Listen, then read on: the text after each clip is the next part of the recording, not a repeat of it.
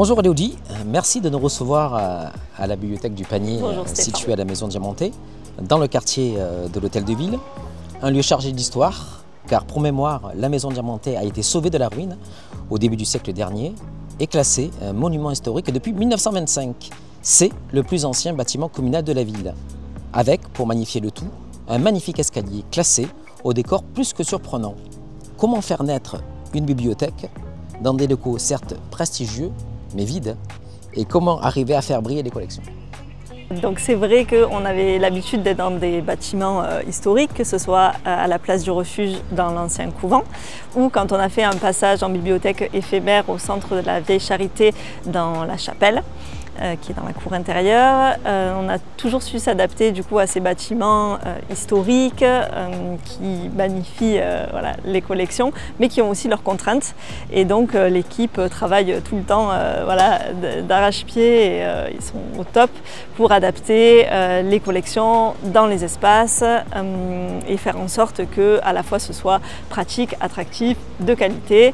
Et donc voilà, c'est comme ça qu'on a pu adapter dans ces locaux. On a beaucoup travaillé sur plan avant de s'installer, donc en imaginant les espaces, en imaginant comment on allait pouvoir voilà, installer les collections, et on a même réussi à faire mieux que ce qu'on espérait au départ. Et au niveau des collections, vous avez pu apporter du changement par rapport à... Alors oui, à la fois on a gardé ce qu'on avait, mais on a quand même voilà, mis de nouvelles choses, donné un nouvel élan à nos collections. Mais par contre on est resté sur le fait voilà, d'avoir de tout, pour tous les âges, voilà, de manière générale. Moi j'ai vu aussi qu'il y avait des rayonnages sur les jeux de société. Tout à fait. Donc sur la partie qu'on a développée, en effet, il y a la partie jeux de société. On a un très beau fond de jeux où on peut venir jouer sur place pour l'instant. Voilà, donc il ne faut pas hésiter à venir voir. Et vous avez bien sûr gardé les fondamentaux, hein, connexion Wi-Fi, poste internet. Oui, tout à fait. On peut venir travailler, s'installer, tout à fait. Oui, tout à l'heure, en regardant un peu les lieux, on a vu du jeune public. Tu travailles toujours avec les classes? Oui, bien sûr, on travaille toujours avec les écoles du quartier, tout à fait. C'est avec un nouvel emplacement, un nouveau maillage peut-être avec de nouveaux partenaires? Exactement, on va faire la rentrée scolaire là et on va pouvoir développer aussi les partenariats donc, à la fois du quartier, mais aussi travailler avec les écoles qui sont plutôt côté Vieux-Port et qui n'avaient pas forcément la possibilité et le temps de faire le déplacement jusque sur la butte du Panier.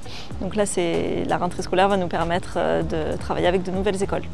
C'est vrai, comme je le disais tout à l'heure, le lieu est chargé d'histoire. Les lecteurs ressentent-ils le cœur de ce lieu en fait?